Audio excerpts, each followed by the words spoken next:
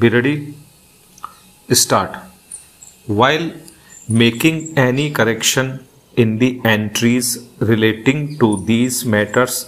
the requirement of moving the application within 3 years has to be adhered to, as any correction in regard to these entries would have an impact on the rights of other candidates when they seek admission to higher classes or employment. However, the other particulars contained in the certificate, like the name of the candidate or the names of the parents of the candidate, are not that relevant, and any correction made in regard to these particulars would have no impact on the admission or employment of other candidates. When so considered, we feel persuaded to hold that the time limit of 3 years prescribed in the substantive part of Regulation 7 for submission of an application for making correction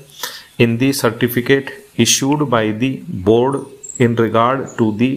name of the candidates or the names of the parents of the candidate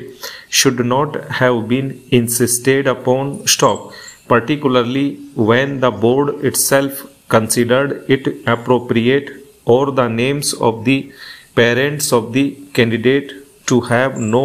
time limit under the proviso for making correction in regard to any spelling mistake in the name of the candidate or his parents. The applicant must, however, explain to the board the reasons on the basis of which the application could not be submitted earlier, and if it is found that the claim is bona fide and is otherwise justified, there is no reason to reject the application, as in the present case, merely on the ground of delay. Undoubtedly, the board has to examine whether any genuine ground has been made out for correcting the name, and it would be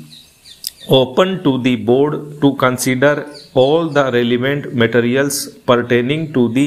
request for correction of the name. In the circumstances, we are of the view that the impugned order of the first respondent rejecting the application submitted by the appellant for correction for the name of his mother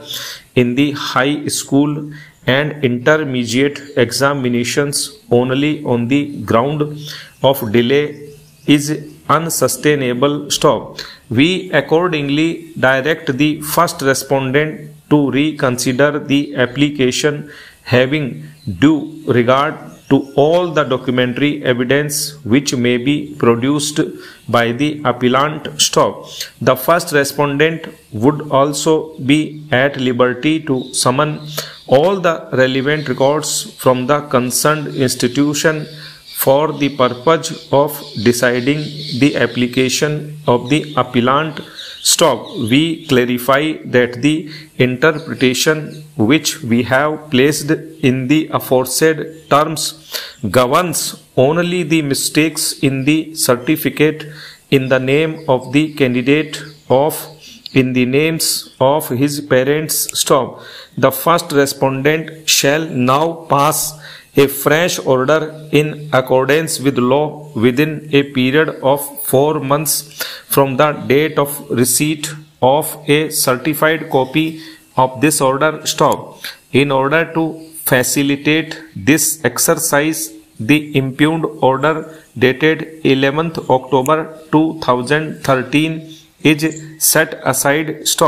The order of the learned single judge shall in consequence be set aside and be substituted by the aforesaid directions. The appeal is accordingly allowed to the extent indicated above.